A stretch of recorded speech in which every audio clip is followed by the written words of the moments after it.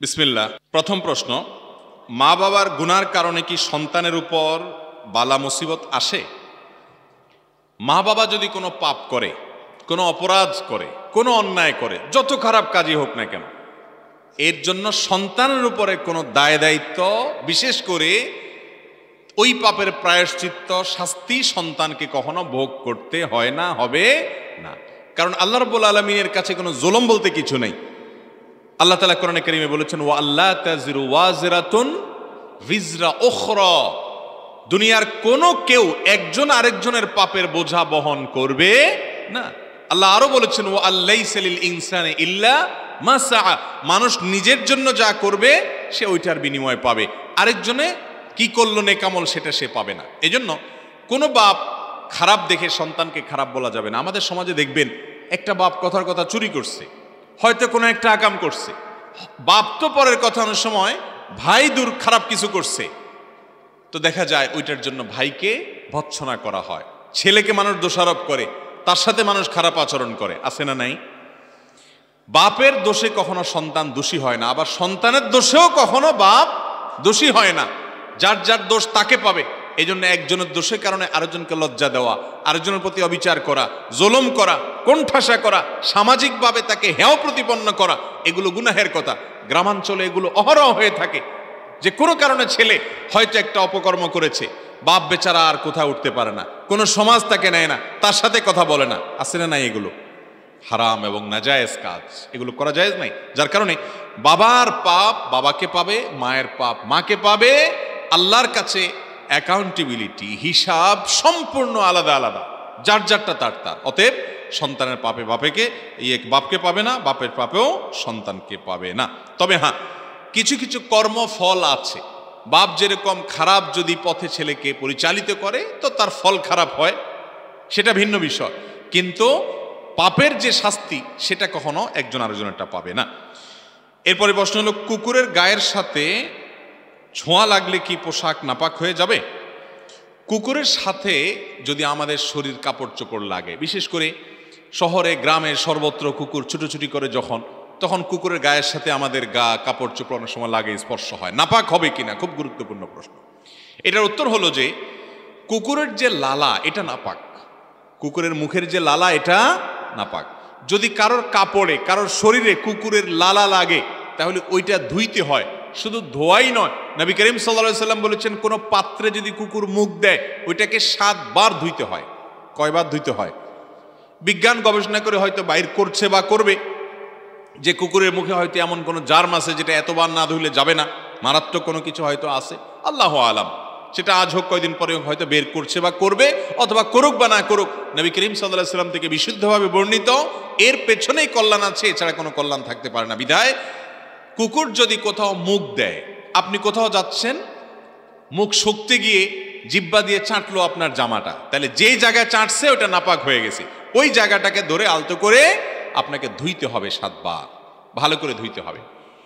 আর যদি কুকুরের শরীর লাগে, লালা লাগে নাই, জিহ্বা লাগে নাই, শুধু শরীরটা টাচ হয়েছে, এটা তো প্রায় হয়, তাই না? দৌড় দেয়, ছোটাছুটি করে, তো শরীর যদি লাগে তাহলে সরাসরি নাপাক হবে না। কারণ হলো কুকুরের শরীরটা নাপাক না, লালাটা নাপাক।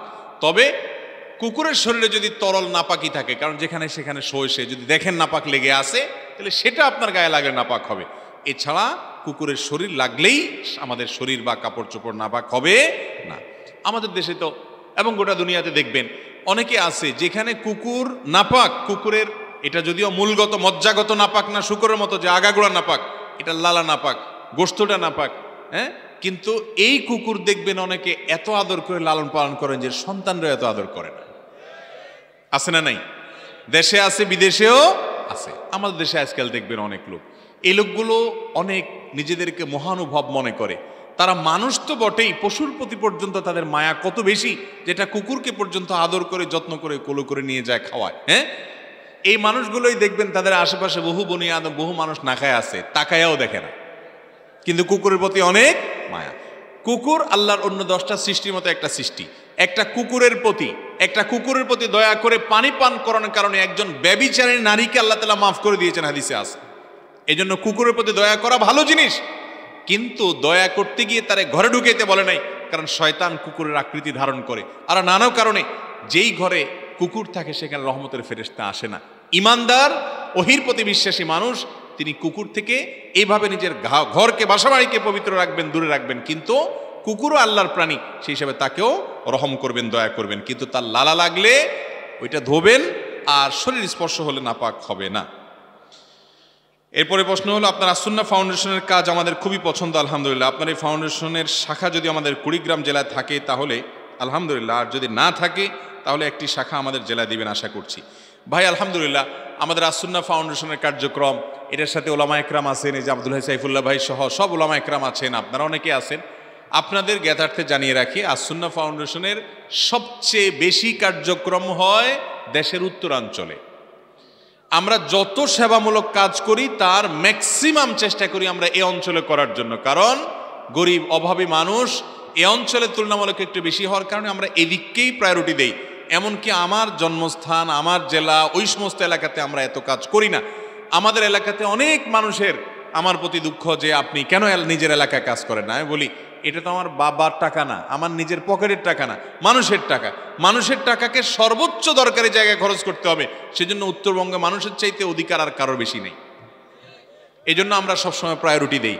এই কুড়িগ্রামের নাগেশ্বরে, ইসলামপুরে এবং বিভিন্ন জায়গাতে আমি ত্রাণ নিয়ে গত 5-7 বছর ধরে বহুবার আসছি, একবার দুইবার না, মাহফিলে প্রথম আসছি, কিন্তু ত্রাণ নিয়ে আমি বহুবার আসছি এলাকাতে। এবং এমনও হয়েছে যে ত্রাণ এর সময় যে পরিমাণ কষ্ট হয়েছে যে চামড়ার উপরের একটা লেয়ার পড়ে গেছে আমার, একবার না একাধিকবার এরকম হয়েছে।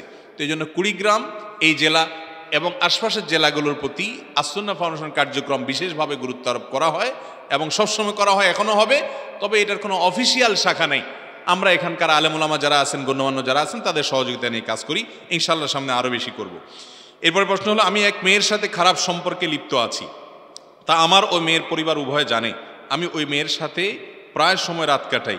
আমি তো গুনাহের মধ্যে লিপ্ত আছি, আমার বাবা মা সবাই জানে। এখন কথা হচ্ছে, আমার ও বাবা ও আমার পরিবার সবাই কি পরিমাণ গুনার মধ্যে ডুবে আছে, একটু বিস্তারিত আলোচনা চাই। দেখুন, এই প্রশ্ন যিনি করেছেন আমি জানি না তিনি বুঝে করেছেন নাকি এ সম্পর্কে তার আসলেই কোনো ধারণা নাই। আজ আমাদের এই সমাজের যেই ব্যাধিটা মহামারীর মতো সকল ঘরে ঘরে ছড়ায় গেছে, এই ব্যাধিগুলোর ভিতরে একটা হলো এই জেনার ব্যাধি। এত ভয়াবহ, এত ডেঞ্জারাস যে এটা থেকে মুক্ত মানুষ পাওয়া যায় না। মনে রাখবেন যুবক ভাইয়েরা, এই তারুণ্য এবং যৌবনকাল অন টাইম জীবনে একবার আসবে, আর আসবে না। কালি লাগাই ফেলছেন, এটাকে রিমুভ করে নতুন করে শুরু করতে পারেন, কিন্তু যদি এর মধ্যে ডুবে থাকেন তো আপনি নিশ্চিত থাকতে পারেন আল্লাহ রাব্বুল আলামিন দুনিয়াতেই আপনার জন্য আপনাকে এর জন্য প্রায়শ্চিত্ত করাবেন, আখিরাতে তো আছেই। এই জন্য জেনা এমন হারাম, এমন ভয়াবহ বিষয়, জেনার শাস্তি সবচেয়ে মারাত্মক। বিবাহিত মানুষ যদি জেনা করে, ইসলামী শরিয়া বিচারিকভাবে তাকে শাস্তির কথা বলে, যেই শাস্তি মৃত্যুদণ্ডের মধ্যে সবচেয়ে নির্মমভাবে মৃত্যুদণ্ডের কথা বলা হয়েছে, কারণ এটা আল্লাহর কাছে এত জঘন্য অপরাধ। নবী করিম সাল্লাল্লাহু আলাইহি ওয়াসাল্লামকে আল্লাহ তাআলা মেরাজের রাতে নিয়ে কিভাবে জেনার শাস্তি দেওয়া হচ্ছে সেটা দেখাইছেন, যার কারণে এই ভয়াবহ অপরাধ করবেন অবলীলা, আবার বাপমা জানবে, পরিবার জানবে, সবাই চুপচাপ থাকবে, এই পুরো পরিবারই সোজা কথা যদি তারা মৌন সমর্থন দেয়, সব দাজ্জালের অন্তর্ভুক্ত, সব দাইয়ুসের অন্তর্ভুক্ত, এবং এর কারণে জাহান্নামে যেতে হবে। এখনই তওবা করে ইস্তেগফার করে এই হারাম থেকে সরে আসেন। অনেক ব্যক্তি আছেন হারামকে হারাম মনেও করেন না, অপরাধকে কোনো অপরাধের বিষয় মনে করেন না। যুবকরা জেনা করবেন, অনেক বাপমা আছে মনে করে যে আজকাল এই বয়সে একটু আধটু করে। এই বাপমারা প্রত্যেকে ওই ছেলে জেনা করে যে পরিমাণ গুনাহগার হচ্ছে, তারাও সমপরিমাণ গুনাহগার হবে, শুধুমাত্র ছেলের এই অপকর্মকে সমর্থন জানাবার জন্য। এই জন্য মা বাপরা সাবধান হতে হবে, দায়িত্বশীল হতে হবে, দায়িত্বশীল বড় ভাইরা তাদের সাবধান হতে হবে। আর ঠান্ডা মাথায় জেনার অপরাধে লিপ্ত হয়ে বলবেন যে আমার কি গুনাহ হচ্ছে, আমার তো যথেষ্ট সন্দেহ হচ্ছে যে আপনি প্রশ্ন জেনে শুনেই ঠান্ডা মাথায় করেছেন নাকি আপনার অজ্ঞানতা আছে। কারণ জেনা যে হারাম এটা জানা না এমন কোনো মুসলমান বাংলাদেশে অন্তত থাকার কথা। শুধু হারাম হচ্ছে তা নয়, হারামকে যদি কেউ হারাম মনে না করে, হালাল মনে করে, এটা অত্যন্ত ডেঞ্জারাস, এটা কুফরি পর্যন্ত চলে যেতে পারে। আল্লাহ তাআলা আপনাকে হারাম থেকে ফিরে আসার তৌফিক দান করুন, সৎ সাহস দান করুন, বিয়ে করে ফেলুন এবং বিয়ের দিকে অগ্রসর হন, জেনার পথ থেকে সরে আসুন। বিয়ে উপলক্ষে গায়ে হলুদ সহ বিভিন্ন অনুষ্ঠান করা জায়েজ আছে কিনা? বিয়ে উপলক্ষে গায়ে হলুদের যে অনুষ্ঠান আমাদের দেশে হয়ে থাকে, এই গায়ে হলুদের অনুষ্ঠানকে কেন্দ্র করে নানা রকম অনাচার আছে। সবচেয়ে মজার বিষয় হলো, গায়ে হলুদ নিয়ে আমি অনলাইনে সার্চ করেছিলাম একটু জানার জন্য যে জিনিসটা আসলে কি।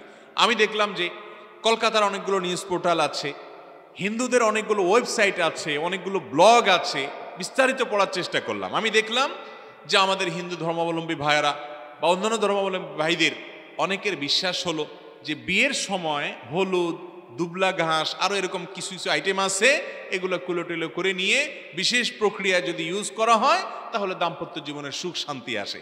এটা কারোর বিশ্বাস থাকতে পারে, তার বিশ্বাস তার জায়গায়। মুসলমানের সন্তান তিনি কখনো এই সমস্ত বিশ্বাসে বিশ্বাসী হতে পারে? গায়ে হলুদ যারা মাখে তারা নিজেরাও জানে না কি হলুদ কেন মাখছে, হলুদটা মাখলো কেন, মরিচে তো ছিল, কেন মাখছে হলুদ সে নিজেও হয়তো জানে না। যদি এটা ত্বকের কোনো উপকার হতো, সৌন্দর্য বৃদ্ধি করতো, নবদম্পতির সম্পর্ক ভালো হতো, তাহলে একটা ইস্যু ছিল, কিন্তু সেরকম কিছু তো দেখি না। তাহলে হলুদ মাখামাখি কেন? আবার হলুদ মাখতে মনে চাইছে, আপনি রান্নাঘরে ঢুকে দরজা বন্ধ করে মা চাচিরে বের করে দিয়ে হলুদের পুরো ডিব্বা গায়ে মাখেন, ডুবেন, সমস্যা কি? কিন্তু সেটা তো করতেছেন না, করতেছেন কি, ভাবিকে হায়ার করে আনতেছেন, আইনা বলতেছেন আমার গায়ে হলুদ মাখেন। এর চেয়ে নির্লজ্জতা, এর চেয়ে নোংরামো একজন মুসলমানের জন্য আরেকটা হতে পারে? একজন মেয়ের হলুদ অনুষ্ঠান হবে, সেখানে ছেলেরা আসবে, মাখামাখি ডলাডলি করবে। বিয়ের অনুষ্ঠানগুলো আমাদের দেশে এখন এত নোংরা অনুষ্ঠানে পরিণত হয়েছে যে নোংরামি ছাড়া বিয়ে এই দেশে হাজারের মধ্যে কয়েকটা খুঁজে পাওয়া কঠিন হয়ে গেছে। যুবকরা শপথ করতে হবে যে আমার বিয়েতে নোংরামি করতে দিব না। আপনার কি লজ্জা হয় না? আপনার কি একটাবার বিবেকে বাধে না যে আমার হবু স্ত্রী, যার সাথে আমি সংসার করব, আমি ঘর করব, আমার বিয়ে করা স্ত্রী, আমি মোহর দিয়েছি, আমি তাকে বিয়ে করেছি, আমি তার বৈধ স্বামী, গায়ে হলুদের নাম দিয়া মাখামাখি করবে দুনিয়ার মানুষ? আপনার বিবেকে বাধে না? বাধা উচিত না আপনার? আপনি একজন বিবেকবান মানুষ, কোথাকার কার গায়ে হলুদ অনুষ্ঠানে আপনার বউ গেছে, আপনার বোন গেছে, ওই পুরুষের গায়ে হাতাহাতি, মাখামাখি, ঢলাঢলি, সেখানে গান বাজনা, নৃত্য, সেখানে অশ্লীলতা, নানা রকমের বেহায়াপনা এবং অন্যায় আচরণ। একটা বিয়ের অনুষ্ঠানকে কেন্দ্র করে শত শত জেনার আয়োজন হয় আজকাল। সেই জেনা কখনো প্রত্যক্ষ হয়, কখনো পরোক্ষ হয়। এই জন্য যাদের বিবাহ তাদের দায় এখানে সবচেয়ে বেশি। যুবক, বিয়ের মূল উপাদান আপনি। অতএব আপনি যদি সংগ্রাম করেন, আপনি যদি প্রত্যয় করেন, প্রতিজ্ঞা করেন যে আমার বিয়েকে কেন্দ্র করে এসব অনাচার আমি হতে দেব না, দুনিয়ার কারোর বাপের ক্ষমতা নেই সেটা করার। ইনশাআল্লাহ আপনারা নিয়ত করবেন না? ইনশাআল্লাহ বিয়ে জীবনে তো বারবার করবেন না, একবারই করবেন বেশিরভাগ মানুষ। এই একবারের বিয়েটা ফ্রেশ হোক, ঝামেলা মুক্ত হোক, গুনাহ মুক্ত হোক। গুনাহ মুক্ত বিয়ের সংকল্প করবেন তো? ইনশাআল্লাহ গুনাহ মুক্ত বিয়ের সংকল্প করবো। আল্লাহ আমাদেরকে তৌফিক দান করুন। অনেক মুরব্বীও ইনশাআল্লাহ বলছেন, আল্লাহ মুরব্বীদেরও তৌফিক দান করুন। বিয়ের তৌফিক না, ছেলে মেয়েকে বিয়ে করানোর তৌফিক। আর বিয়ে করতে চাইলে করুক, সমস্যা কি? মোবাইলের আসক্তি দূর করার জন্য কি করতে পারি? মোবাইল আসক্তি দূর করার জন্য একটা বুদ্ধি আছে ভাই, বুদ্ধিটা দিব। অনেকে এটা থেকে বাঁচার জন্য চেষ্টা করছেন। বহু মানুষ অটো হয়ে গেছেন। অটো বুঝেন? এই মোবাইলের সাথে হাত এমনভাবে সেট হয়ে গেছে, এখান থেকে সরানোই যায় না, সরলে আবার লেগে যায় চুম্বকের মতো, ঠিক না? বেশিরভাগ রুগী তো ঠিক বলছে। সেজন্য ফেসবুক বলেন, ইউটিউব বলেন, এমনভাবে লেগে গেছে এটার থেকে আর হাতটা সরানোই যায় না, সরলে মনে হয় যে চুম্বকের টান এই শুধু, তাই না? এই টান কমাইতে চান আপনারা? সিরিয়াসলি চান? একটা বুদ্ধি দেই, সিম্পল একেবারে। সেটা হলো, যাদের এই স্মার্টফোন, এটা থেকে বাঁচতে পারছেন না, ফোন আপনাকে ব্যবহার করছে, আপনি ফোনকে ব্যবহার করছেন না, এডিকশন হয়ে গেছে, আসক্তি হয়ে গেছে, ডাইরেক্ট হয়ে গেছেন ডায়রিয়ার রোগীর মতো, বাঁচার জন্য কিছুদিনের জন্য এই স্মার্টফোনটা হয় বিক্রি করে ফেলে দেন, নাই করে ফেলে দেন, এবং প্রতিজ্ঞা করেন আগামী 6 মাস আমি একটা বাটনওয়ালা ফোন ব্যবহার করব। কথা কি বুঝাতে পারছি? বাটনওয়ালা ফোন টিপে জুত করতে পারবেন না বেশি না। 6 মাসের একটা কোর্স করেন যে 6 মাস আমি বাটনওয়ালা ফোন ব্যবহার করব। দোস্তদেরকে বলে দিবেন, দোস্ত ফেসবুক আপাতত বাদ, কথাবার্তা হয় ডাইরেক্ট হবে, আর নাহলে ফোন করবা, আপাতত কোনো মেসেঞ্জার ফেসবুক নেই। 6 মাসের যদি একটা কোর্স করতে পারেন, এবং এই 6 মাস একা হলে হবে না, আরো কয়েকজন দোস্ত লাগবে যারা হিম্মত করবে যে আমরা বাস্তব জীবনে আসবো। ভাইরা আমার, এটা ঠিক যে আজ সোশ্যাল মিডিয়া আমাদের অনেক কিছু সহজ করে দিচ্ছে। আবার এটাও ঠিক যে ফেসবুকের কারণে আজকাল আমাদের আপন পর হয়ে গেছে, পর আপন হয়ে গেছে। মা বাপ চিনে না, ভাই বোন চিনে না, পাড়া প্রতিবেশী চিনে না, নিজের বাল্য বন্ধু, নিজের সহপাঠী চিনে না, কোথাকার কোন জেলার কোন ফ্রেন্ড চিনে। ঠিক না বে ঠিক? কে জানি গল্প শোনাইছিল, বলে যে এক ছেলে মোবাইল টিপতেছে বাসায় বসে, খুব মনোযোগের সাথে, খুব এহতেমামের সাথে টিপতে টিপতে টিপতে অস্থির। যুবকরা আজকাল বেশিরভাগ এরকম, এই টিকটক, এইটা এই সেটা নিয়ে ব্যস্ত। তার মা তারে খাবার দিচ্ছে, এটা দিচ্ছে, কথার জবাব দেওয়ার টাইম নেই। অনেকক্ষণ পরে হঠাৎ করে মোবাইলটা ধাপ করে সে ছেড়ে দিয়ে মার দিকে তাকে একটা নির্মল হাসি দিয়ে দিছে। মা বলে, কাহিনী কি? এত সুন্দর করে বাসা আমার আজকে হাসে দিল, কাহিনী কি বাবা? বলে, বা মোবাইলের চার্জ শেষ হয়ে গেছে। তো মোবাইলের চার্জ শেষ হওয়ার পরে ছেলের রুটা ফেরত আসছে। এই ছেলে এতদিন দুনিয়াতে ছিল না ভাইরা আমার। এই রোগটা আজকে চরম আকার ধারণ করেছে। এই রোগ থেকে মুক্তি ছাড়া দুনিয়াতেও কল্যাণ হবে না, আখিরাতেও কল্যাণ হবে না। বহু যুবক আছে তার ছাত্র জীবন শেষ হয়ে গেছে, তার আখিরাত শেষ হয়ে গেছে, নামাজ শেষ হয়ে গেছে, শুধুমাত্র মোবাইল ফোনের এডিকশনের কারণে। ঠিক না ঠিক? অতএব এটা থেকে বাঁচার জন্য সংগ্রাম লাগবে, সংগ্রাম, সৎ সাহস লাগবে, কলিজা লাগবে যে আমি কিছুদিনের জন্য বাটনওয়ালা ফোন ব্যবহার করব, আমি স্মার্টফোন থেকে সরে আসব, ফেসবুক নেট কানেকশন থেকে সরে আসব। নিয়ত করা যাবে না ইনশাআল্লাহ? আল্লাহ আমাদেরকে তৌফিক দান করুন। মৃত ব্যক্তির জন্য 3 দিন, 7 দিন, 21 দিন, 40 দিন পালন করা জায়েজ আছে কি না? মৃত ব্যক্তির জন্য 3 দিন, 7 দিন, 40 দিন, 21 দিন এ জাতীয় যত দিনা অনুষ্ঠান আছে, এগুলো একটাও ইসলামের নির্দেশ না।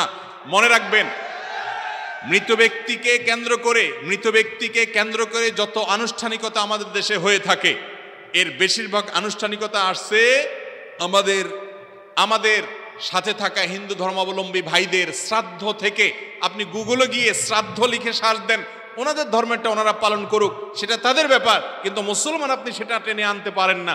শ্রাদ্ধ মানেই হলো কোনো মানুষের মৃত্যুর পর আত্মীয় স্বজনের লোককে খাওয়ানো। আমাদের দেশে এই কালচার ওখান থেকেই মূলত আসছে, অতএব এটা মুসলমানের কালচার না। ভালো করে শুনে রাখেন, কোনো মানুষ মারা গেলে যে মারা গেছে তার ওয়ারিসদেরকে, তার আত্মীয় স্বজনদেরকে এলাকাবাসী খাওয়াবে। ঠিক না ঠিক? কারণ যে তার বাবাকে হারাইছে তার মন খারাপ, রান্না বাড়া করার মানসিকতা নাই, তার পুরো পরিবারকে এলাকাবাসীর দায়িত্ব খাওয়ানো, সকাল বিকাল খাওয়াবে, যতদিন পারে ততদিন খাওয়াবে, কমপক্ষে 3 দিন খাওয়াবেই। আমাদের দেশে তাদেরকে খাওয়ায় প্রথম, কিন্তু এরপরে 40 দিনের দিন সুদে আসলে একসাথে উঠায় নেয়। প্রথম একটু খাবার পাঠায় গামলায় করে, পাতিলে করে, এরপরে খাওয়ায় হলো 10 জন রে, এরপরে গরু জবাই করে পুরো এলাকা মানুষ তাদের কাছ থেকে খানা আদায় করে। এটা জায়েজ নাই। মানুষ খাওয়ায় কখন ভাই? খুশি হলে। মানুষ খাওয়ায় কখন? আপনার বিয়ে হয়েছে, নতুন বউ ঘরে আসছে, খুশির ছোটে অলিমা খাওয়ান। ঠিক না ভাই ঠিক? আপনার ছেলে হয়েছে, আকিকা খাওয়ান, খুশির ছোটে মানুষ খাওয়ায়। সেখানে আপনার বাবা মারা গেছে, মা মারা গেছে, এটা তো খুশির কিছু না। এজন্য মানুষ খাওয়ানোর কোনো যৌক্তিকতা নাই। না খাওয়াইলে আবার এলাকাবাসী বলে, কি মানুষ ছিল, কি ছেলে মেয়ে রেখে গেল যে একটু কারোর হাতও দোয়াইলো না। এরকম কিছু ছোট লোক আছে না নাই, যারা মানুষের কাছ থেকে খাওয়ার জন্য লালায়িত থাকে। মনে রাখবেন, কোন মানুষ মারা গেলে তার ওয়ারিসদের কাছ থেকে খাবার অনুষ্ঠান করা জায়েজ নাই, জায়েজ নাই, জায়েজ নাই। তিনি তার মা বাবার তরফ থেকে গরিব দুঃখীকে খাওয়াবেন, তার ব্যাপার, কোন দিন খাওয়াবেন না খাওয়াবেন, কিন্তু সমাজ ঠিক করে নিয়ে একরকম বাধ্য করা, সিস্টেম বানিয়ে ফেলা, এটা বেদাত। এবং এই বেদাত থেকে আমাদের সবার বাঁচার চেষ্টা করতে হবে ইনশাআল্লাহ। এই বেদাতটা আমাদের দেশে পরিমাণে সবচেয়ে বেশি, কারণ এই বেদাত থেকে মুক্ত কোনো এলাকা নাই। এরপরে প্রশ্ন হলো, আমরা এই সময়ের যুবকরা বেশিরভাগ সময় ব্যবহার করি ফেসবুকে, গেমস, হারাম সম্পর্কে ইত্যাদিতে। এটার ওষুধ দিয়ে দিয়েছি একটু আগেই। মৃত ব্যক্তির জন্য যারা কবর খনন করে তাদের কি পারিশ্রমিক দিতেই হবে? মৃত ব্যক্তির জন্য যারা কবর খনন করে তারা এটা মূলত করবে আল্লাহর জন্য, এটা কোনো পেশা হিসাবে করবে না। কিন্তু এলাকাবাসী তাদের তরফ থেকে উদ্যোগ নিয়ে কিছু লোককে যদি কাজ করায় তাদেরকে পারিশ্রমিক দেবে, সেটা ভিন্ন বিষয়।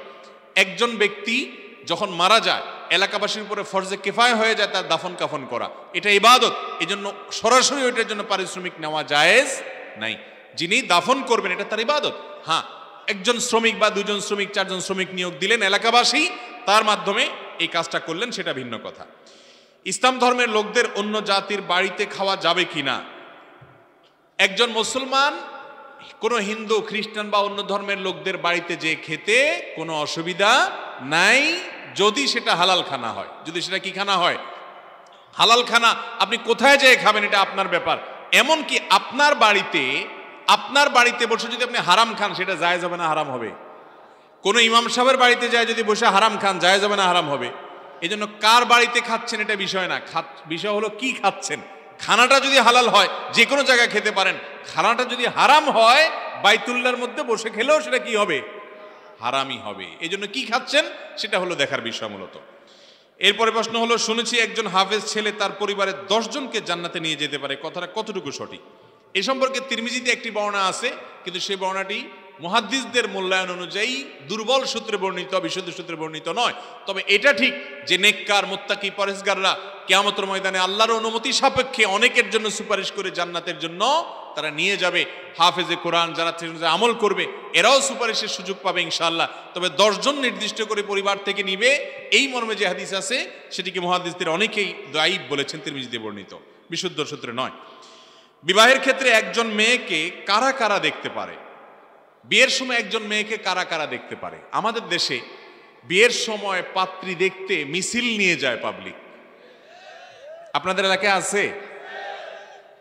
বিয়েতে পাত্রী দেখতে যাচ্ছে 50 জন। পাত্রপক্ষের কতজন ভাই? 50 জন, 100 জন, 20 জন, 10 জন। এটা খুবই গর্হিত একটি কাজ, ভালো করে শুনেন। বিয়ে উপলক্ষে পাত্রীকে দেখতে গেলে সেখানে পাত্র দেখতে যাবে, পাত্রর পক্ষের তার মা বোনরা দেখতে যেতে পারে, বাস। এর বাইরে আর দু একজন আনুষঙ্গিক থাকলে যাবে। দলে দলে মানুষ যে সেখানে পাত্রী দেখা, সেও আবার গরু ছাগলের মতো হাঁটে। পাত্রীর নাক দেখে, চোখ দেখে, কান দেখে, দাঁত দেখে, হ্যাঁ, পাও দেখে, উঠায় দেখে, বসায় দেখে, হাঁটায় দেখে, খাড়ায় দেখে, সামনে দেখে, পিছে দেখে, মনে হচ্ছে গরু কিনতে গেছে বাজারে। এটা খুবই গর্হিত একটা বিষয়। নারীকে সম্মান দিতে হবে, নারী আমার বোন, নারী আমার মা। অতএব কোনো মেয়েকে দেখার জন্য পাত্র তো যায়, পাত্রের দুলাভাই যায়, পাত্রের বড় ভাই যায়, পাত্রের দোস্ত যায়, বন্ধু বান্ধব যায়, আছে না নাই? ভাগিনা যায়। দুলাভাইয়ের কাজটা কি? বিয়ে করবে পাত্র, দুলাভাইয়ের সেখানে কাজটা কি? এই দুলাভাইয়ের বেটা যায় তো যায়, আবার যদি তারে বলতে দেরি হয় বা তাকে না বলা ছাড়া শালা বিয়ে করতে যায়, তাহলে শেষ, এই বিয়েতে আর সে নাই। আপনাদের এলাকায় আছে এগুলো? এগুলো গুনাহের কথা, হারাম।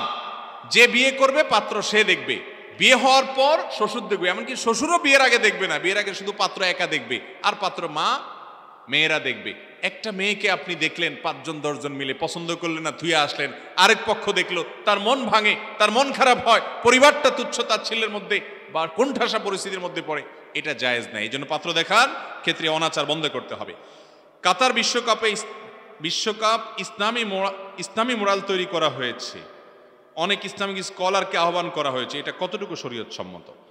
দেখুন, বিশ্বকাপ ফুটবল নিয়ে নতুন করে বলার কিছু নাই। এই বিশ্বকাপ ফুটবল বলেন, ক্রিকেট বলেন, বা এই জাতীয় যত বড় বড় খেলার আসল বলেন, এগুলো বর্তমান যুগে দাজ্জালীয় আসরের সবচেয়ে বড় আসর। এগুলো মুসলমানের ইমানি চেতনাকে ধ্বংস করা, ভোতা করা, শয়তানের সবচেয়ে বড় হাতিয়ারগুলোর একটি, হাজারো পাপাচারের সমাহার। এগুলো মুসলমানের ইমানি চেতনা নষ্ট করে দেয়, আমাদেরকে এই খেলাধুলার প্রতি এডিকশন এবং আসক্তি তৈরি করে দেয়, আখেরাতকে ভুলিয়ে দেয়। এগুলোর সবগুলোর আয়োজনটাই হলো গোটা এই শয়তানি সভ্যতার অন্যতম ষড়যন্ত্র, ইমান নষ্ট হওয়ার জন্য। এই ব্যাপারে কোনো সন্দেহ নাই। কিন্তু এখানে যদি ইসলামের কথা কেউ বলার সুযোগ পায়, কেউ এখানে আসছে খেলা দেখতে, এই উসিলা তাকে যদি কেউ ইসলামের দাওয়াত দিতে পারে, অবশ্যই সেটা প্রশংসনীয়। ডক্টর জাকির নায়েককে সেখানে ইসলামের দাওয়াত দেওয়ার সুযোগ দেয়া হচ্ছে বলে আমরা শুনেছি। যদি এটি সত্য হয়ে থাকে, তিনি যদি সেখানে ইসলাম প্রচার সুযোগ পেয়ে থাকেন, সেটাতে আমি কোনো সমস্যা দেখি না।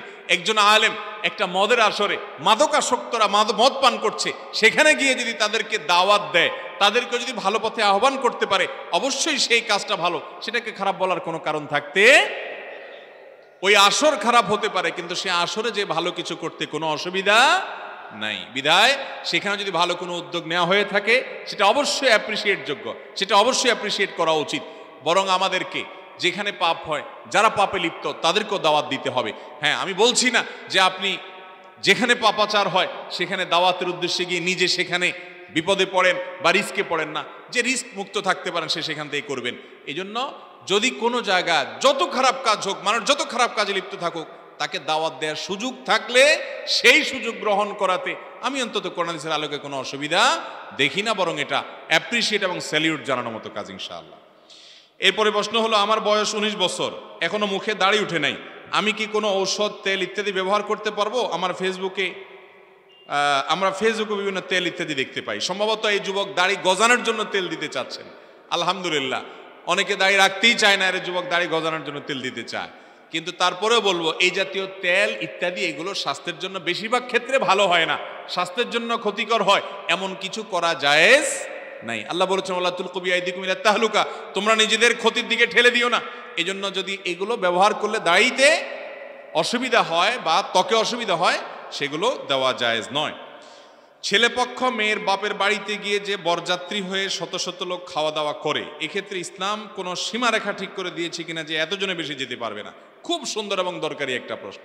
ভাইরা আমার, বিয়ে করতে গিয়ে এই অনাচারটা করেন নাই এমন মায়ের ছেলে এই মজলিসেও খুব কম আছেন। এটার নাম দিছে আমাদের দেশে বরযাত্রী। আমি এটাকে সবসময় বলি বদযাত্রী। কেন বদযাত্রী বলি? বিয়ে উপলক্ষে ছেলে হিসেবে আপনি যাচ্ছেন বিয়ে করতে, আপনার সাথে 2 জন সাক্ষী থাকবে, আপনার অভিভাবক থাকবে, কয়েকজন থাকতে পারে যৌক্তিক, কিন্তু আপনি কি করছেন? বিয়ে উপলক্ষে রীতিমতো চুক্তি করতেছেন যে আমাদের তরফ থেকে 200 লোক যাবে। আপনাদের এলাকা হয় এগুলা? 300 লোক লাগবে, 500 লোক যাবে, তাদেরকে খাওয়াইতে হবে। কে? মেয়ের বাপ। বিয়ে উপলক্ষে একটা মাত্র খাওন আছে, সে খাবারের আয়োজনটা করবে কে? ছেলে। সে খাবারের নাম কি? ওয়ালিমা।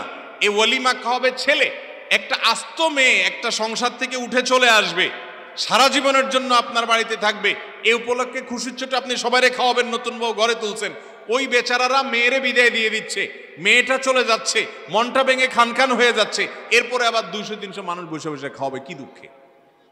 এই জন্য এই যাত্রাটাকে আমি বলি এটা বরযাত্রা না, এটা বদযাত্রা। এটা বরযাত্রী না, এটা কি?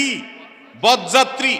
এটা জায়েজ নাই, বিশেষ করে এভাবে চুক্তি করে। হ্যাঁ, কোনো মেয়ের বাবা নিজে খুশি হয়ে খাওয়াইতে চাচ্ছে, এছাড়া তার ভালো লাগবে না, তিনি নিজে থেকে দাওয়াত দিচ্ছেন, ভিন্ন কথা। কিন্তু আমাদের সমাজে কালচার হয়ে গেছে, এই জন্য যুবকরা শ্বশুরবাড়ির উপরে চাপায়া খাওয়ার কালচার বন্ধ করতে হবে আমাদেরকে ইনশাআল্লাহ। অনেক যুবক আছে নিজে তো যায় বিয়ের পরে 5-6 জন করে বন্ধু নিয়ে যায়, আছে না নাই? এগুলো জায়েজ নাই, খবরদার। আমি একবার ঢাকার হাতিরঝিলের রাস্তার পাশ দিয়ে যাচ্ছিলাম, আমার মনে আছে, 2টা মেয়ে সম্ভবত গার্মেন্টসে বা কোথাও তারা কাজ করে, তাদের সাথে যেসব খাবার টাবার ছিল সেগুলো দেখে বোঝা যাচ্ছিল। তো তারা দেখলাম একজন আরেকজনটা আলাপ করতেছে বদযাত্রী নিয়ে। আমি পিছনে ছিলাম, চিন্তা করলাম হ্যাঁ এই শব্দ তো আমার শব্দ, এই বদযাত্রী তো আমি বলছি। বলে যে হুজুর দেখলাম বদযাত্রী দিছে গোষ্ঠী উদ্ধার করে। আমি চিন্তা করলাম হ্যাঁ আমার নিয়ে তো আলাপ করতেছে। আমি আস্তে করে সাইডে চলে গেছি, দেখা হয় নাই, কিন্তু তারা এই জুলুমের শিকার, এই জন্য সেখান থেকে বাঁচার চেষ্টা করছে। অতএব বদযাত্রা করবেন না। এরপরে প্রশ্ন হলো, কিস্তিতে বেশি দামে পণ্য কিনলে তা হালাল হবে কিনা? কিস্তিতে যদি বেশি দামে পণ্য কিনেন, একটা জিনিস 10 টাকা দাম নগদে নিলে, কিস্তি নিলে 12 টাকা দাম, এটা জায়েজ আছে কিনা? উত্তর হলো জায়েজ আছে। এটা হারাম হবে না, সুদ হবে না। সাহাবীদের যুগেও কিস্তিতে কেনা বেচার প্রচলন ছিল, সেখানে কম বেশ করা যাবে না এমন কোনো শর্ত নবী করিম সাল্লাল্লাহু আলাইহি ওয়াসাল্লাম দেন না। এই জন্য ফুকাহা একরামের অভিমত হলো যে কোনো জিনিস নগদে কিনলে এক দাম, কিস্তিতে কিনলে দাম একটু বেশি, এটাতে কোনো অসুবিধা নেই। ক্রেতা বিক্রেতা যদি উভয় রাজি থাকেন, জায়েজ আছে। জীবিকা নির্বাহের ক্ষেত্রে স্ত্রীর অনুমতি ছাড়া বা স্ত্রী নারাজ এমত অবস্থায় বিদেশে যাওয়া যাবে কিনা? আপনার স্ত্রী যদি আপনার উপরে অসন্তুষ্ট থাকে, আপনি বিদেশে যেতে চান এবং আপনি সেখানে গেলে তার চরিত্র সে হেফাজত করতে পারবে কিনা রিস্ক আছে, সে নিজের ব্যাপারে নিজে শঙ্কা করে, অথবা ডাইরেক্ট বলে না কিন্তু আপনি আশঙ্কা করেন, তাহলেও আপনার জন্য বিদেশ যাওয়া জায়েজ নাই। যারা বিদেশ যান, প্রবাসে থান, উপার্জন করার জন্য যান, আমি বলি বিয়ের আগে যাবেন, বিয়ের পরে যদি যান বউ নিয়ে যেতে পারলে যাবেন, আর না হলে প্রবাসে এভাবে থাকবেন না। কারণ প্রবাসে যেতে হলে আপনার 2টা ভিসা লাগবে, এক হলো যে দেশে যাবেন ওই দেশের ভিসা, আর একটা হলো বউর কাছ থেকে ভিসা নিতে হবে। বউয়ের কাছ থেকে ভিসা নেওয়া মানে হলো অনুমতি নেওয়া যে তুমি যাও, আমার কোনো অসুবিধা নাই, আমি নিজেকে সেফ রাখবো, নিরাপদ রাখবো। বহু প্রবাসী ভাইরা আছেন, তিনি পরিবারের জন্য জীবন শেষ করে দিচ্ছেন, এদিকে বউ পরকীয়াতে বা কোনো হারামে লিপ্ত হয়ে গেছেন, কারণ কোনো উপায় নেই। এজন্য উদ্দেশ্যহীনভাবে বছরকে বছর প্রবাসে পড়ে থাকা, এটা কোনো বুদ্ধিমানের কাজ হতে পারে না। স্ত্রীর হক আছে, সেটা আদায় করতে হবে, মাথায় রাখতে হবে। আমাদের দেশে বিভিন্ন খাদ্যদ্রব্যের প্যাকেট সমূহে আরবি অক্ষর, নাম এবং উপাদান লেখা থাকে। এগুলো অনেকেই খেয়ে রাস্তায় ফেলে দেয়, ইচ্ছাকৃত বা অনিচ্ছাকৃতভাবে পায়ের নিচে পড়ে, গুনাহ হবে কিনা? খুব সুন্দর প্রশ্ন। আরবি অক্ষরে লেখা যদি কোনো কিছু প্যাকেটের গায়ে থাকে, আরবি অক্ষরে লেখা মানেই কিন্তু কোরআনের আয়াত না। আরবি অক্ষরে লেখা মানেই কিন্তু সেটা হাদিসের ভাষ্য না বা আল্লাহর নাম না। আরবি থেকে কোনো গান বা খারাপ কিছুও লিখতে পারে। এই জন্য ওইটা পায়ের নিচে পড়লে কোরআন হাদিস মানার মতো গুনাহ হবে এরকমটি মনে করার কোনো কারণ নাই। তবে যেই কোনো ভাষাই সেটা যাতে অপমান না হয়, অসম্মানজন না হয়, যে কোনো লেখাজোকা সেটা লক্ষ্য রাখতে হবে। বিশেষ করে এই সমস্ত প্যাকেটে আল্লাহর নাম, বিসমিল্লাহ এগুলো যেন লেখা না থাকে খেয়াল রাখতে হবে। অনেকে ওয়াজ মাহফিলের পোস্টার ইত্যাদিতে কোরআন আয়াত লেখেন, এগুলো পরে ছেড়ে ফেলে দেন, কুকুর পেশাব করে, মানুষের পায়ের নিচে পড়ে, ড্রেনে পড়ে, অসম্মান হয়, এগুলো জায়েজ নাই। এই জন্য কোরআনের আয়াত, আল্লাহর নাম এগুলো থাকলে সেই কাগজগুলোকে সংরক্ষণ করবেন। হয় আগুনে পুড়িয়ে ফেলবেন, আর না মাটির নিচে পুঁতে ফেলবেন, আর না পানিতে ফেলবেন, সম্মানজনকভাবে, যাতে অসম্মান না হয়। কোনো কারণে আরবি লেখা বিস্কুটের প্যাকেটে কোম্পানির নাম লেখা আছে, অন্য কিছু লেখা আছে, এগুলো পায়ের নিচে পড়লে কোনো গুনাহ হবে বা আপনার অসম্মান হবে কোরআন হাদিসকে, এমনটি মনে করার কারণ নাই। দর্জি দোকানের কাস্টমারের অতিরিক্ত কাপড়গুলো না বলে রেখে দেওয়া যাবে কি না? দর্জি দোকানদার আপনাকে কাপড় দিছে কাপড় বানানোর জন্য, সেখান থেকে ছোটখাটো টুকরা বের হয়েছে, এগুলা কেউ নেয় না, নিতে চায় না, সেগুলো রেখে দিলে কোনো অসুবিধা নেই। কিন্তু বড় একটা টুকরা বের হয়েছে, মাশাল্লাহ, এটা দিয়ে ভালো কিছু বানানো যাবে, আপনি চান্সে আসতে সরাই দিলেন, ওই লোক টেরও পায় নাই, এটা হারাম। আর যদি এমন হয় যে ওই লোকের এটাকে নিবেই না, আপনি জানেন তার অভাব নাই, তাহলে সেটা আপনি রেখে দিতে পারেন। কিন্তু আপনার দায়িত্ব হলো বড় বা এটা দিয়ে কোনো কাজে আসবে মনে হলে সেটা কাপড়ের সাথে অবশ্যই ফেরত দেওয়া। পরে মহারণা ও কাবিনের মধ্যে পার্থক্য আছে কিনা? মহারণা এবং কাবিনের মধ্যে পার্থক্য কি? মহর হলো স্বামী তার স্ত্রীকে যেটা দেয়, যে টাকাটা দিতে হয় ধার্য করে, এটা মহর। এটা তো দেওয়া লাগে না, এটা শুধু লেখলেই হয়, তাই না? আপনারা কি দেন না শুধু লেখেন? বউকে মহরের টাকা পরিশোধ করছেন, এরকম মায়ের ভূত যারা আছেন সব একদম হিসাব করে ক্যাশ দিয়ে দিচ্ছেন, জিনিসপত্র বুঝে দিয়ে দিচ্ছেন, হাত তোলেন তো দেখি। হ্যাঁ, দেখছেন কি অবস্থা? একটা ভিডিও ফুটেজ নেওয়া উচিত ছিল। এটা কি লাভ হবে এই সমস্ত ওয়াজ টোয়াজ করে? বলেন, ভবিষ্যতে দিবেন, আবিয়াতেরা ভবিষ্যতে দিবে ইনশাআল্লাহ, এরাই আমাদের আগামীর ভবিষ্যৎ ইনশাআল্লাহ। আপনারা জাগলে এই দেশ পরিবর্তন হবে ইনশাআল্লাহ। যারা বিয়ে করেন নাই, বিয়ের সময়ে স্ত্রীর মহরের টাকা যা ধার্য হবে সবটুকু স্ত্রীকে বুঝাই দিবে ইনশাআল্লাহ। নিয়ত করবেন তো ইনশাআল্লাহ? নিয়ত করে লাভ কি? মহর ধরবে মুরব্বীরা 30 লাখ 1 টাকা, আপনি 30,000 টাকা বেচা যাবেন না। মুরব্বীরা বলবে 10 লাখ 2 টাকা মহর, আপনি 10 টাকা বেচা যান না। এগুলা জায়েজ নাই, সমস্যার সমাধান করতে হবে। আমার বিয়ের কথা, আমার বিয়ের সময় মহর নিয়ে যখন কথা হয়, দেখি যে এক একজন এক এক কথা বলে। আমি বললাম যে দয়া করে আমি একটু কথা বলতে চাই। বলে যে আরে ছেলে কথা বলবে। ছেলে কথা বলা তো আজকাল দোষের, তাই না? আমরা ছোটবেলা দেখতাম বিয়ের সময় বরের হাতে একটা রুমাল ধরাই দিত, এই রুমালটা বেচারা মুখের মধ্যে দিয়ে বসে থাকতো। কিরে বাবা, গরুর মুখে মানুষ কাইট দেয় যাতে কিছু না খাইতে পারে, কিন্তু বরের মুখে এটা দেয় কেন? বিয়ের দিন তারা বেশি করে খাবে বেচারা, কিন্তু এটা রুমাল ভাঁজ করে ধরাই দেয়, বেচারা এরকম দূরে বসে থাকে। এখন এগুলো উঠে গেছে আস্তে আস্তে। এখন তো বিয়ের অনুষ্ঠানে বর আপনার কন্যার সবই নাচানাচি লাফালাফি করে, বেহায়াই আরো বাড়ছে, কিন্তু তখন এটা ছিল। এখনো কোন কোন এলাকাতে আছে। এখন আমি চিন্তা করছি প্রায় এটা কারণটা কি, মুখের মধ্যে এটা লাগাই দেওয়ার যুক্তিটা কি? তো আমার কাছে মনে হয়েছে যে এই বেচারা যাতে কোনো কথা বলতে, অনেক বিয়ে আছে ছেলে কোনো কথা বললেই বিয়ে ভেঙে যায়, আছে না? বলে যে বেয়াদব ছেলে মুরব্বীদের সামনে কথা বলছে, বিয়ে ভেঙে গেছে। আরে বাবা, আমার বিয়েতে মহর ঠিক করবেন আপনারা, বউরে এটা দেওয়া লাগবে আমার, না দিলে আমার হাত বাঁধবে আল্লাহ কিয়ামতের দিন, আর আমি কথা বলতে পারবো না। আপনাদের মতো আপনারা অঙ্ক বসাই দিবেন, অঙ্ক তো দেওয়া লাগবে আমার। আপনি যদি দেন তাহলে বসান, আপনি, অসুবিধা নেই। আমার যদি দেওয়া লাগে তাহলে কথা আমার আছে। আমি কয় টাকা দিতে পারবো না পারবো সেটা আমার অ্যাবিলিটি থাকতে হবে কি হবে না? স্ত্রীর মহরা পরিপূর্ণ আমি পরিশোধ করছি, হুজুরও পরিশোধ করছে, হাত তুলছে, কিন্তু আপনারা বেশিরভাগ লোক পরিশোধ করেন নাই। করবেন তো ইনশাআল্লাহ। যুবকরা মুরব্বীদের সাথে বেয়াদবি করবেন না, খুব শ্রদ্ধার সাথে বলবেন, বাবারে চাচারে আমার ক্ষমতা আছে 50,000 টাকা দেওয়ার, আমি 50,000 ক্যাশ দিয়ে দিব, কোনো বাকি ঝুঁকি নাই, কোনো ফাঁকি ঝুঁকি নাই, স্ত্রীর মহারণা পরিশোধ করব। দিয়া আবার 2 দিন পরে যে বসে থাকেন যে দেখো এখন তো দিছি, তোমারে হুজুর মাসালা বলছে দিছি, এখন আমার তো সৌদির ভিসা চলে আসছে, 50,000 টাকা হইলেই হয়। কত 50,000 আসবে? সবই তো তোমার। মেয়ে বেচারা আপনারে ফুসলানিতে রাজি হইয়া বলবে যে আরে কি বলো, কি করবো আমি টাকা নিয়ে, সব নিয়ে যাও তুমি, এই গেল আর কি ধরা খাইয়া বেচারি। আমার দেশে মেয়েরাও সোজা, খবরদার এই সমস্ত 2 নম্বরই করবেন না, সম্পূর্ণ পাই পাই করে তারে বুঝাই দিবেন, মনে থাকবে তো ইনশাআল্লাহ।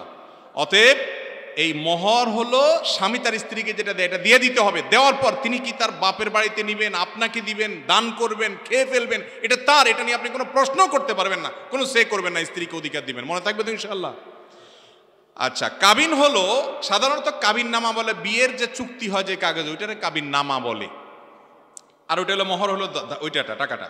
অধীনস্থদের দিনের কাজের জন্য বাধ্য করা যাবে কিনা, প্রয়োজনে হাত তোলা যাবে কিনা, যদি কোনোভাবে কাজ না হয় তাহলে করণীয় কি। অধীনস্থ বলতে যদি ছেলে মেয়ে হয় তাহলে ছেলে মেয়েকে আপনি নিজের স্ত্রীকে অবশ্যই জোর করবেন, আর্গুমেন্ট করবেন, প্রথমে নসিহা করবেন শুরুতে জন্য, কিন্তু অধীনস্থ বলতে কাজের লোক অন্যান্য কর্মচারী যদি থাকে তাদেরকে যে কোনো দিনই কাজের জন্য আপনি বাধ্য করতে পারবেন না।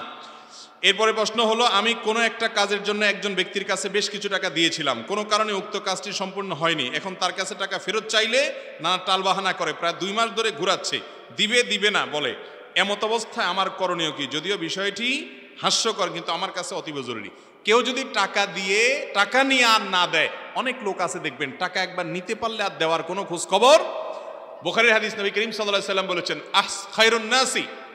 খায়রুন নাসি, মানুষের মধ্যে সবচেয়ে ভালো মানুষ হলো ওই লোক যেই ব্যক্তি আহসানুকুম আহসানুহুম কাদাআ, তোমাদের মধ্যে ভালো মানুষ সে যে ব্যক্তি ঋণ পরিশোধে ভালো মানুষের পরিচয় দেয়।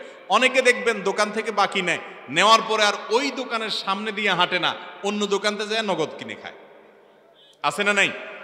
এরা খারাপ মানুষ, এরা ভালো মুসলমান না। যদি কেউ আপনার টাকা এরকম ঘুরায়, শরীয়ত আপনাকে অধিকার দিয়েছে, আপনি আইনের আশ্রয় নেবেন, প্রশাসনের আশ্রয় নেবেন, তাকে জলপূর্বক বলপূর্বক তার কাছ থেকে ইচ্ছা কিন্তু সে ঘোরাঘুরি করে এবং না দেয়, বাহানা করে, তাহলে নিতে পারেন। কিন্তু যদি সে অভাবে থাকে, কষ্ট থাকে, তাহলে সেক্ষেত্রে অবশ্যই তাকে ছাড় দিবেন। এনজারুল মুসির হাদিসে বলা হয়েছে এটাকে, যে কষ্টে আছে তাকে একটু সুযোগ দিবেন, সেটা সওয়াবের কারণ হবে। আমি একটি কলেজে অধ্যয়ন করছি, কলেজে মহিলা টিচার রয়েছে, তো যারা ক্লাস নেয় তখন আমার ইচ্ছা না থাকা সত্ত্বেও তার দিকে তাকিয়ে থাকা লাগে। আপনার কাছে প্রশ্ন হলো, এত অবস্থায় কি আমার গুনাহ হবে, আর গুনাহ হলে তা থেকে বাঁচার উপায় কি? ভাইরা আমার, অবশ্যই পড়ার দিকে দৃষ্টিপাত করা হারাম। যদি শিক্ষিকা হয় নিজেকে সেভ করবেন, নজর হেফাজত করে শোনার চেষ্টা করবেন। জটিল পরিস্থিতি, এখানে অনেক সময় দেখা যায় যার দিকে তাকানো অর্থাৎ টিচার, তিনি অপমান বোধ করেন, মনে করেন আমার দিকে তাকাচ্ছে না কেন। যাকে সম্মান করে তাকানো হয় নাই তার নিয়ে যেন বাজে চিন্তা না আসে, তিনি উল্টা ভুল বোঝেন, এরকম অনেক সময় হয়। যত ভুল বুঝুক, আপনি আপনার গুনাহ থেকে বাঁচিয়ে থেকে নিজের ঈমানকে, তাকওয়াকে হেফাজত করার চেষ্টা করবেন। আল্লাহ তৌফিক দান করুন। এরপরে প্রশ্ন হলো, কি কাজ করলে আল্লাহ তাআলা আমাদের পাপ থেকে মুক্তি দিবেন? আল্লাহ তাআলা পাপ থেকে মুক্তি দিবেন তওবা করলে। আগে যা করছেন এর জন্য লজ্জিত হয়ে, অনুতপ্ত হয়ে ক্ষমা চাইবেন, ভবিষ্যতে আর করবেন না সংকল্প করবেন, এর মাধ্যমে আল্লাহ ইনশাআল্লাহ মুক্তি দান করবেন। কারো যদি প্রবল ধারণা থাকে অতীত বছরগুলিতে তার যাকাতের হিসাব ঠিকমতো করা হয় নাই, এই মুহূর্তে তার করণীয় কি? সে কিভাবে অতীতের যাকাত হিসাব বের করবে? তার কাছে আগের বছরগুলোর কোনো হিসাব না থাকে, অনুমান করবেন যে আনুমানিক এতর বেশি হবে না, ওইটা দিয়ে দিবেন, ইনশাআল্লাহ আদায় হয়ে যাবে। মসজিদে দান করা জমি মসজিদের নামে দলিল না করা থাকলে কি জুম্মার নামাজ হবে? মসজিদে দান করা জমি যদি দলিল না হয় তারপরও সেটাতে কি হবে? জুমা আদায় হয়ে যাবে। যদি দান করা হয়, দলিল হয় নাই কিন্তু মুখে মুখে দান করা হয়েছে, তারপরও জুমা আদায় হয়ে যাবে। এমনকি দান করা হয় নাই, ভাড়া দিছে বা অনুমতি দিছে লিজে ব্যবহার করা, তাতেও জুমা আদায় হয়ে যাবে। যতই উঠেন, আমার হাতের প্রশ্ন শেষ করা আছে, আমি ছাড়তেছি না। এরপরে প্রশ্ন, অনেকে আমাদের দেশে একদিন আগে ঈদ উল ফিতর পালন করে, ইসলামের দৃষ্টিতে এটা সঠিক কিনা? আমাদের দেশে, আপনাদের এলাকায় একটু কম, ওই চাঁদপুরের দিকে একটু বেশি, কোন কোন এলাকায় আছে। কিছু লোক আছে সৌদির সাথে মিল করে ঈদ করে, আছে না নাই? মনে রাখবেন, যারা এটা করেন এটার একটা বেস ভিত্তি আছে। ফোকাহ একরাম অনেক আগে থেকে মত পার্থক্য করেছেন, পৃথিবীর যে কোনো এক জায়গায় চাঁদ দেখা গেলেই সেটা সব জায়গায় চাঁদ দেখা গেছে প্রমাণ হবে কি হবে না, এটার উপরে মত পার্থক্য আছে। কিন্তু আমাদের দেশে এই একটা মাসআলায় হানাফি, আহলে হাদিস, আপনার বেরেলভি, দেওবন্দি, যত রকমের মাসলাক মানহাজ আছে, সব মতপথের প্রায় সব উলামা একরামই একমত যে আমরা আমাদের এই দেশের আকাশে চাঁদ দেখা প্রমাণিত হওয়ার উপরে ভিত্তি করে আমরা সিয়াম এবং ঈদ পালন করব। আর নবী করিম সাল্লাল্লাহু আলাইহি সাল্লাম বলেছেন, যেদিন লোকেরা ইফতার করে অর্থাৎ ঈদ করে সেদিন ঈদ করবা, রোজা করা যেদিন রোজা রাখে সেদিন তোমরা রোজা রাখবা।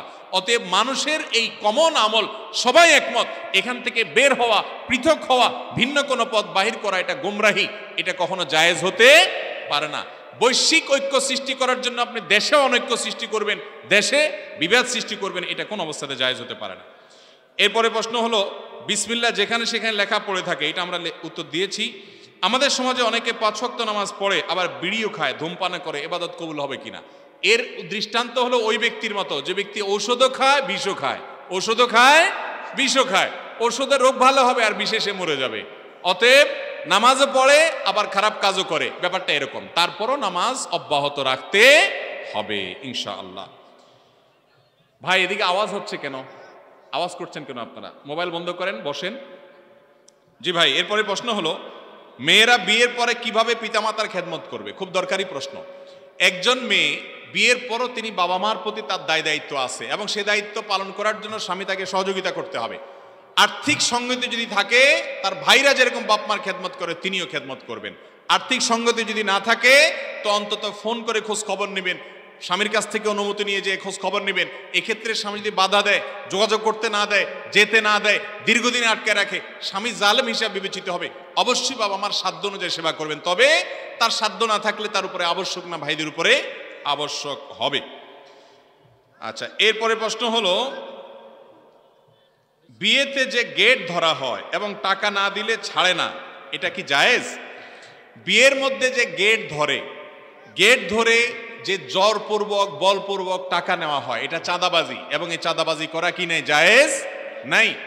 এটা যদি সামান্য কিছু হয় রসিকতার সাথে, এটাতে কোনো পক্ষের নাখুশি নাই, তাহলে মজার জন্য জায়েজ হয়। কিন্তু এটা নিয়ে অনেক দর কষাকষি হয়, গন্ডগোল ফাসাদ হয়, বিয়ে ভেঙে যায়, মারামারি পর্যন্ত হয়। আর লা ইয়াহিল্লু মালি মুসলিমিন ইল্লা বিতিবি নফসি, কোন মুসলমানের সম্পদ তার মনের সন্তুষ্টি ছাড়া নেওয়া জায়েজ নাই, এই জন্য এগুলো জায়েজ নাই।